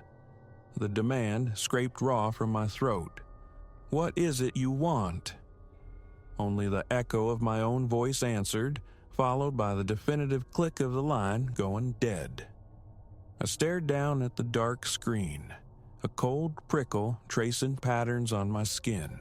A prank, surely. Some bored teenager armed with a burner phone. I forced the thought, setting the phone aside, burrowing back under the covers. Sleep, however, remained elusive. Every drift toward unconsciousness was shattered by the phantom whisper echoing in the chambers of my mind. Stay inside. Nonsensical, yet stubbornly, chillingly present. Surrender. I abandoned the pretense of rest, swinging my legs over the side of the bed. The clock face glowed 4:30 a.m. Dawn wasn't far off. Maybe coffee, an early start to reclaim some semblance of control. It was then I heard it, a soft, hesitant tap-tap against the front door. I froze, every nerve singing an alarm. Solitude was my norm. Visitors at this hour were unthinkable. My gaze darted to the phone. Silent. The knock came again, firmer this time, imbued with a quiet insistence. Heart hammering against my ribs like a trapped bird, I rose and crept shadow-like toward the entrance. No lights. Let the darkness be my shield. Reaching the door, I stretched onto my toes, peering through the fisheye lens of the peephole. Nothing. Just the empty porch, bathed in the eerie pre-dawn twilight. A frown etched itself onto my face. Pulse still frantic, I pressed my ear flat against the cool wood, straining for any sound. Absolute stillness reigned. Just as I began to pull away, convinced my exhaustion was playing tricks, the knock returned. Louder, transitioning into a demanding thump, thump, thump. I recoiled, mind scrambling. Police? What would I even report? A phantom knocker before sunrise? Taking a ragged breath, trying to anchor myself, my hand drifted instinctively toward the deadbolt, and then the whisper surged back. Stay inside. My fingers hovered, a breath away from the cold brass, the warning a chilling countercurrent to logic. It had to be nothing, a stupid joke taken too far. Yet an icy dread snaked down my spine. The knocking ceased abruptly. Silence descended once more, heavy and absolute. I waited, body rigid, every sense straining into the void. Nothing. I took a cautious step back, eyes locked on the door, caught in indecision. Then the phone screamed again. I snatched it up, hands trembling. The screen confirming the same number withheld. A surge of anger, laced with potent fear, propelled me to answer. Who is this? What do you want? The familiar cadence of slow, steady breathing filled the silence. Then the whisper, soft, insidious. Stay inside. Don't touch the door. My heart pounded violently now, thoughts racing like panicked horses. "Who are you?" I demanded, the words barely coherent. "What is this?" No reply, just the disembodied breath. Another click, disconnected. Clutching the phone like a talisman, pulse a frantic drum against my skin, I stood paralyzed. Ignore it? Heed it? It felt orchestrated, theatrical, yet the quality of that voice, the sheer wrongness of it, crawled under my skin. I retreated further from the door, resolving to wait. My eyes remained fixed on the entrance, listening. Minutes bled into one another. Gradually, the sky outside began to pale, weak light filtering through the living room window. I released a breath I hadn't realized I was holding, the tension easing marginally. Coffee. I needed coffee to dispel the lingering phantom fear. I was at the counter, the rich aroma just beginning to bloom, when a new assault began. A sharp, staccato rapping, this time against the kitchen window above the sink. I spun around, heart seizing, staring at the closed blinds. Behind them, a faint distortion, a darker patch against the growing light, a shadow, suggestive of someone standing mere inches away, waiting. I stumbled back, primal instinct screaming retreat. Police, the thought has surfaced again, only to founder on the same uncertainty. This felt nightmarish, unreal, a waking hallucination. And then my phone buzzed, insistent, on the countertop. Number withheld. I didn't want to answer, dreaded hearing that voice again, yet the compulsion was absolute. Handshaking, I raised the phone to my ear. "Don't look," the whisper commanded, frayed, urgent. "Don't turn toward the glass." A profound cold permeated my being. "Who are you?" My own voice was a fragile thread in the charged air. Silence stretched, taut. Then, just before the line died, a final, chilling fragment. "They see you." Dead air. I stood frozen, phone slick in my palm, staring at the innocuous plastic rectangle. None of it made sense. The caller, the warnings, the unseen presence. But one certainty solidified amidst the confusion. Something was out there. Something that forbade being seen. I backed away from the window, sinking to the floor, knees drawn up, phone clutched tight. The vigil began. The familiar room transmuted into a cage defined by unseen watchers. I waited, scarcely breathing, straining for the slightest sound. Hours crawled by. The sun climbed, flooding the room with the mundane light of a new day. But safety felt impossibly distant. Every glance towards the window brought back the icy dread, the conviction of being observed. Eventually, summoning a sliver of courage, I crept to the window, tilting a blind just enough to peek out. Nothing. The lawn lay empty, the street deserted, utterly normal, as if the preceding hours had been nothing but a fever dream. But I knew, deep in my gut, I knew they hadn't left. They were waiting, watching, and every night since, the ritual repeats. The knock on the door, the tap against a window, the shrill summons of the phone, and always the same disembodied whisper, a spectral guardian or a harbinger warning me. Stay inside. Don't look. They see you.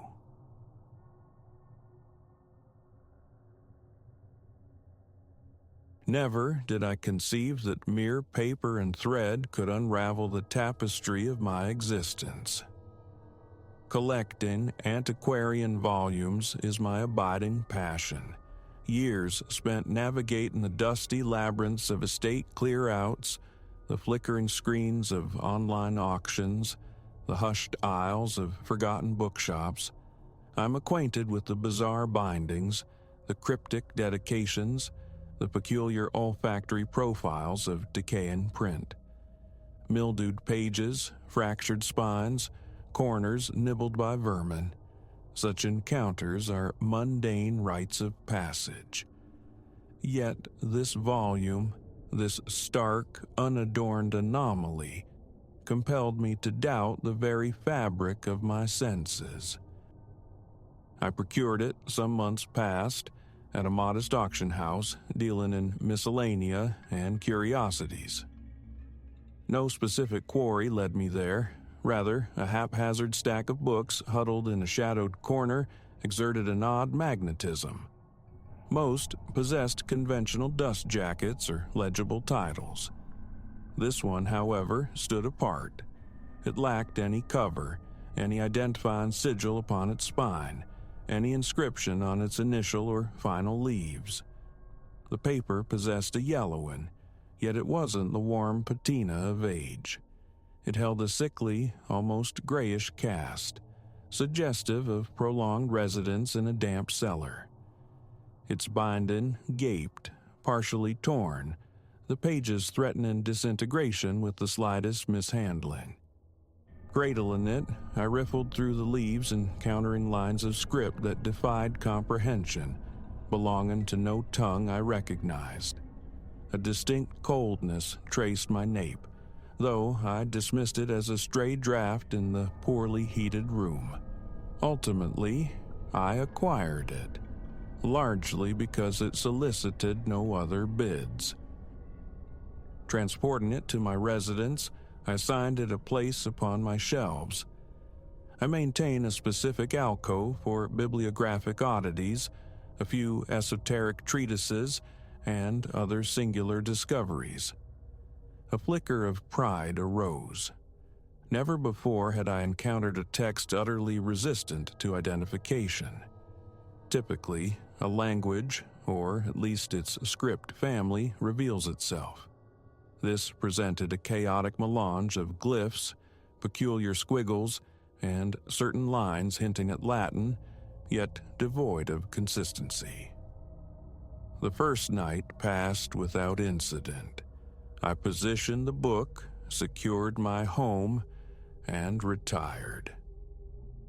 The following morning, engaged in research, I sought a different tome. My library adheres to a system, shelves categorized by subject and type. Reaching towards my new acquisition for re-examination, I found its designated space vacant. This defied logic. Methodically, I scanned adjacent shelves, entertaining the possibility of misplacement.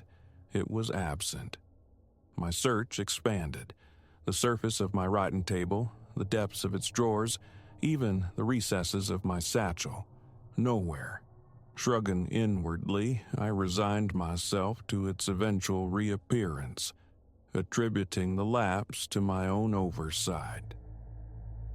Around midday, whilst tidying the drawing room, I discovered the volume resting upon my coffee table, sprawled open. Its pages bore fresh inscriptions. Not merely the baffling original script, but nascent markings scrawled along the margins. Minute circles and triangles, jagged, aggressive lines, all rendered in a deep crimson ink. I possessed no pen of such a hue. A sharp, metallic scent emanated from it. Closing the artifact, I carried it back to the library, the pages imparting a disconcerting dampness to my fingertips. A wave of profound nausea washed over me. A visceral lurch I rationalized as hunger pangs from a missed breakfast.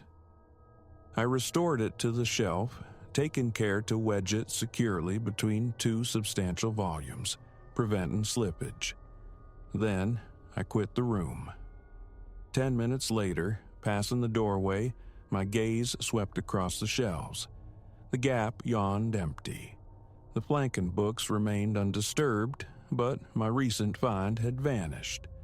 Entering the library, a spike of adrenaline pierced my chest, my pulse thrumming a frantic rhythm in my ears. I surveyed every shelf. Nothing. Scanned the floorboards. Nothing. Checked my desk again. Nothing. Then a soft thud sounded behind me. I pivoted. The book lay near the threshold, open, face down. It must have fallen, yet no shelf existed above that spot. My thoughts fractured, seeking coherence. A parched throat, a mind racing for plausible explanations. I must have jostled something, I insisted internally. Over the ensuing days, its aberrant behavior intensified. In the deep quiet of night, faint rustling sounds would emanate from somewhere within the house, uncannily reminiscent of turning pages. Initially, I ascribed it to the wind, or the groans of the aging heating system. Occasionally, it resembled footsteps, not heavy treads but a soft, almost weightless shuffle, too delicate for human passage. My heart would hammer against my ribs. I'd lie rigid in bed, breath held captive in my lungs. Mornings revealed the book in incongruous locations. Secreted behind the sofa, lurking beneath the kitchen table, even perched brazenly upon the bathroom basin. Each time, new markings seemed to bloom upon arbitrary pages. The scribbles grew bolder, thicker. Some leaves sprouted crudely drawn eyes, others displayed random, unsettling geometries. No discernible pattern emerged. Attempts to decipher the symbols via online resources proved futile. Nothing matched. Resolved to capture evidence, I positioned a small webcam in my library, its lens trained upon the shelf housing the volume. Perhaps somnambulism plagued me, or an unseen intruder. These were the sole rational hypotheses I could muster. That evening, ensconced in the drawing room with my laptop, I monitored the live feed for hours. Stillness reigned. Around 2 a.m, I rose for a glass of water. Upon returning, the book was absent from the screen. Rewinding the footage revealed an impossibility. One frame depicted the book securely shelved. The very next showed empty space. No transition, no blur of motion, no spectral hand reaching. Instantaneous disappearance. I froze, a tremor seizing my hand, my chest constricting, my mouth instantly dry. Thrice I replayed the sequence, thrice the same result. Present, then absent, between one frame and the next.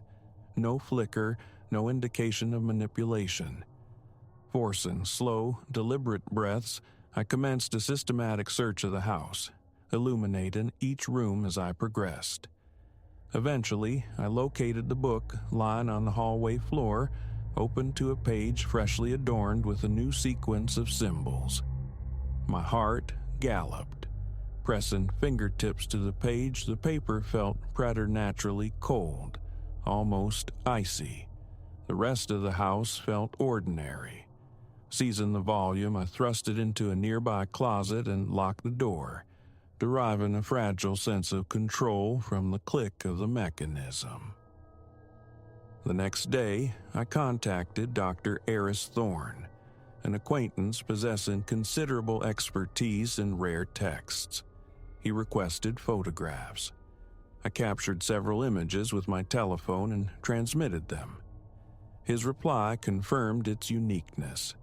He'd encountered nothing comparable. He speculated it might be an obscure coded journal, or perhaps a variant of an ancient grimoire, inquiring if he might examine it personally. I agreed, initially thinking his insight might illuminate its origins. Yet, a profound reluctance settled upon me, an unwillingness to mail it, to transport it anywhere. Locking it away felt marginally safer. I informed him I would be in touch. Matters deteriorated. The book began manifesting outside the locked closet. I verified the lock. It remained intact, undisturbed. Yet the volume would appear, balanced on my kitchen counter, occupying a chair, even positioned at the foot of my bed. One morning, I awoke and nearly sent it flying across the room. It rested mere inches from my foot. A violent surge of adrenaline jolted me from sleep, my body slick with cold perspiration, hair plastered to my forehead. Trembling uncontrollably, I snatched the book and flung it onto the floor. It landed with a dull thud, flopping open. Fresh scribbles adorned the exposed page, lines glistening wetly in the dim light, though no identifiable liquid was present. One afternoon, a distinct scratching noise emanated from my study, a steady, rasping sound, like a pen traversing paper with insistent pressure. I discovered the book upon my desk, open, the crimson pen pressed against one of its pages. The pen moved, devoid of any hand guiding it. Its nib scratched across the paper, etching more symbols into existence. My hands began to shake violently. A strangled noise escaped me, perhaps a curse, perhaps merely a cry of disbelief. The pen ceased its motion, clattering onto the desk surface.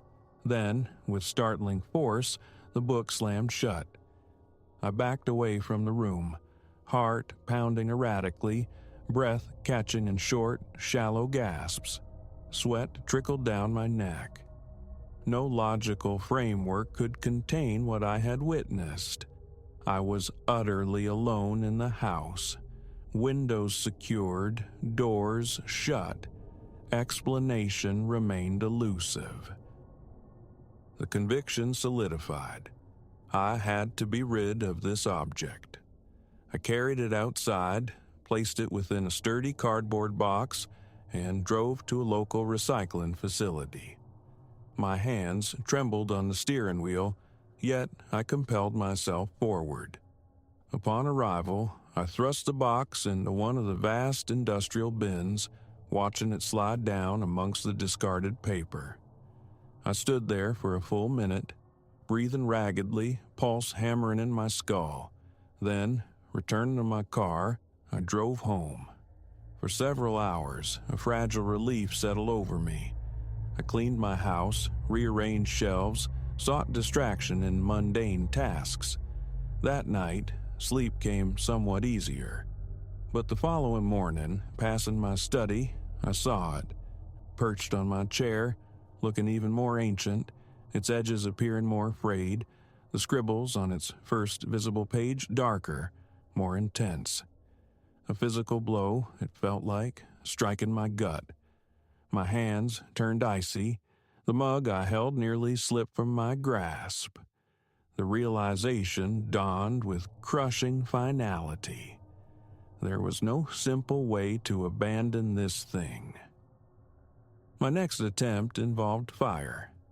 Placing it within my hearth, I hesitated, watching flames lick at the seasoned logs, but this had to end. I tossed the book onto the pyre. Its edges began to curl inwards. Smoke, thick and acrid, billowed from the pages. I watched, half expecting an unearthly shriek. The fire crackled, consuming the wood. The pages blackened. A bizarre amalgam of hope and terror churned within me. Then, abruptly, the flames sputtered and died. The book sat amidst the embers, partially singed but fundamentally intact. The stench that arose was not the familiar scent of burning paper. It carried notes of sulfur, overlaid with a potent, rotten feeder that made my eyes water, and constricted my throat, inducing a ragged cough. Seizing a poker, I tried to rekindle the blaze, but the logs merely crumbled into ash. The book appeared scarred, yet whole. Using tongs, my hands unsteady, I retrieved it. The soot-blackened marks on its surface had coalesced into new, disturbing symbols. The overwhelming stench threatened to induce syncope. Ultimately, I relegated the book to a metal refuse bin outside, doused it thoroughly with water, and slammed the lid shut. I remained there, leaning against the cool exterior wall, breathing in short, sharp bursts until the foul air dissipated. Upon re-entering the house, I discovered damp footprints leading from the back door towards my library. The prints were small, distinctly not my own, and seemed to evaporate near the very shelf where the book had once resided. I simply stared, my chest tight, lungs refusing to fully inflate. I attempted self-soothing rituals, water splashing my face, the standard repertoire for dispelling nightmares, but this was stark reality. The footprints lingered until they dried, leaving me uncertain whether they were hallucination or tangible evidence. I resolved to confront the volume directly. Opening it, deliberately ignoring the miasma of decay clinging to its pages, I sought a clue, some signifier to aid comprehension. The text remained largely inscrutable, though I discerned certain repeating lines. The marginalia had expanded, encroaching upon the original script, rendering it even more opaque. My eyes began to water, a burning sensation prickling my nostrils. I flipped through the leaves, desperate for anything familiar. Midway through, my gaze snagged on a small annotation, penned in shaky, rudimentary English. "Don't look for me." My stomach clenched violently. I slammed the book shut, casting it onto my desk, and retreated, striving to quell the frantic drumming in my chest. Over the subsequent hours, I endeavored to ignore the book's presence. I sequestered myself in the drawing room, consuming random online videos, anything to occupy my mind. But the underlying tension remained, a taut wire humming beneath the surface of consciousness. My gaze darted involuntarily around the room, half expecting to find it lurking on a shelf, nestled on the sofa. Every household sound became amplified. Each creak sent a jolt through my system. As dusk bled into night, the silence grew oppressive, amplifying the sound of my own strained breathing. Finally, mustering my courage, I approached the study. The door hinge groaned as I pushed it open. The book was gone from the desk. The crimson pen lay on the floor, beside a small viscous puddle of that metallic-smelling ink. A chill permeated the air, as if from an open window, though the window remained firmly shut. I noticed the closet door stood slightly ajar. Slowly, cautiously, I approached, my heart beat a heavy thud against my eardrums. Peering inside, I saw it, resting on the topmost shelf, leaning against a storage box. It lay open, pages turned to a spread dense with black scrawl. I reached for it. The page felt cold, unnervingly damp. A strange, tingling sensation spread through my hand. I recoiled instinctively. Something about that surface felt profoundly wrong, akin to touching decayed flesh. Clenching my fists, I forced myself to grasp it again, lifting it from the shelf and setting it deliberately on the floor. Whether an entity resides within this book's pages, or if my own mind is fracturing under duress, I cannot ascertain. All I know is this: it moves when unobserved. It materializes in unexpected locales, It inscribes itself without human agency. It suffuses my home with a constant sense of being watched. A persistent ache throbs behind my temples. Sleep offers no refuge without a preliminary patrol of every room. The very air around me feels dense, charged, as if the house itself holds its breath. My next course of action remains obscure. Discarding it failed. Incineration failed. Confinement failed. I am tethered to it. Each attempt at expulsion seems only to provoke it further. It leaves its cryptic signs. It shifts of its own volition. It draws me deeper into its enigma, an obsession I cannot quell. I yearn for the moment it vanishes permanently, yet I harbor a grim suspicion it will never leave. It feels attached. The more attention I pay it, the more actively it responds, and I find myself incapable of ignoring it. It occupies a permanent space in the periphery of my thoughts. If only I had never laid eyes upon it, never placed that fateful bid. But retrospection offers no solace. All that remains is to sit here, listening to it shuffle in the adjacent room, turning its own pages. Sometimes, upon entering, I find it sprawled on the floor, open as if an invitation. Other times it rests upon the sofa, a fresh page marred by its relentless script. I continuously vow to find a way, to finally destroy it, but every failure seems to embolden it. Right now, it resides in my study. I can discern the faint, sibilant whisper of paper sliding against paper. If I stand just outside the doorway, I can glimpse the edge of a page turning slowly, deliberately. Fear roots me here. Fear prevents me from entering. Fear prevents me from leaving it unattended. Yet, I cannot remain suspended in this limbo indefinitely. My palms are slick with sweat. My stomach churns with anxiety. My heart feels poised to rupture my chest cavity. I have no inkling of its desires, only the certainty that its interaction with me is far from concluded.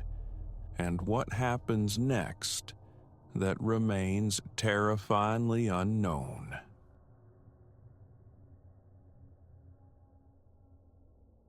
A sliver of moon bled pale light onto the asphalt ribbon unfurling into the immense dark. My 18-wheeled behemoth chewed the miles, its diesel heart a low growl against the radio's phantom whispers, a country tune dissolving into static ether. Then, stark against the verge, a human shape materialized, thumb thrust out like a desperate plea. Some deep, primal instinct screamed caution, a warning bell muffled by road weariness as the air brakes hissed their consent. That single act of clemency, I would soon understand, was the night's inaugural wound. 2 decades I'd wrestled these giants, the highway my relentless mistress. I'd witnessed phantom lights and roadside apparitions, but this man, sliding into the passenger seat, he trailed an atmosphere colder than the night air leaking through the seals. Obliged for the ride, he rasped, his voice like stones scraping together as he settled. Name's Corbin. Silas, I returned, keeping my eyes trained where the headlamps sliced the void. Where to? A slight, almost imperceptible shrug in the gloom. Your path is my path tonight. Alarm bells, distant but distinct, chimed in the back of my mind. Wanderers usually chase some horizon, however hazy. I dismissed it, exhaustion playing tricks. Silence pressed in, thick and cloying, punctuated only by the hypnotic drone of the tires. Yet I felt his gaze, an unnerving weight on the edge of my sight. Silas, His voice slithered into the quiet, smooth yet carrying a jagged undercurrent. "You often collect strays like this?" A curt shake of my head. "Not my habit, just it's a long way between nowhere and anywhere out here. Cold night." A chuckle escaped him, utterly devoid of mirth, like dry leaves skittering. "Long way, yes. Fertile territory for incidents, don't you think?" My knuckles bleached against the steering wheel. The air in the cab grew thin, electric with unspoken threat. "Mind if I smoke?" The question floated, deceptively casual as his hand moved toward his jacket.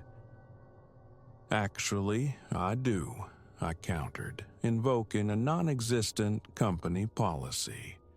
"Cab's a smoke-free zone." His hand paused, then withdrew, but not with cigarettes. Steel flashed, catching the dashboard's eerie green glow, a knife blade, lean and hungry. "Shame, Silas," Corbin murmured, his unnatural calm more chilling than any rage. "I favor the path of least resistance." My heart hammered a frantic rhythm against my ribs. Resistance to what? A smile curled his lips, transforming his face into a predator's mask. "To relinquishing this magnificent beast to me, naturally. Ease her over to the shoulder." I feigned compliance, letting the truck's momentum bleed away, drifting toward the gravel verge. His eyes darted down, checking our slowing speed, the opening I needed. I slammed the brakes, simultaneously wrenching the wheel hard left. The laws of motion became my brutal allies. Corbin catapulted against the passenger door, the knife clattering onto the floor mat. Tires shrieked in protest, the trailer fishtailing wildly before I wrestled it still. He scrambled, cursing, reaching for the fallen weapon. My hand shot out, snatching the CB microphone. "Mayday! Mayday! Silas here, 18-wheeler, got a hostile situation." A fist impacted my jaw, silencing me, scattering stars across my vision. The world canted violently as the truck lurched off the pavement, settling in a cloud of disturbed earth. Before the dust or my senses could clear, he was on me, fingers like vices closing around my throat, squeezing the life out. "Poor choice, Silas," he hissed, his face inches from mine. "Air!" I clawed at his wrists, black spots blooming at the edge of my sight. My free hand flailed blindly, desperately seeking purchase, a weapon, anything. Fingers closed around the familiar cool metal of my thermos, still heavy with lukewarm coffee.